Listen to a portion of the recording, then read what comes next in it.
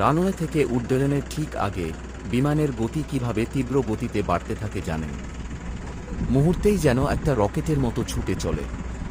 কেমন লাগে তখন পাইলটের বা যাত্রীদের?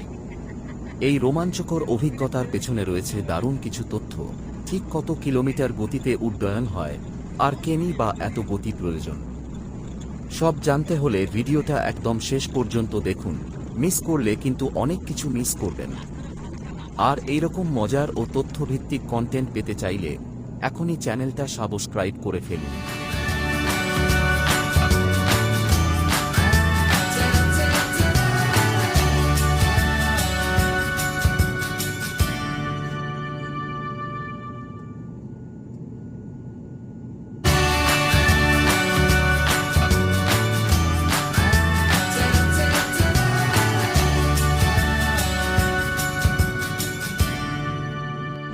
स्पीड देखिए,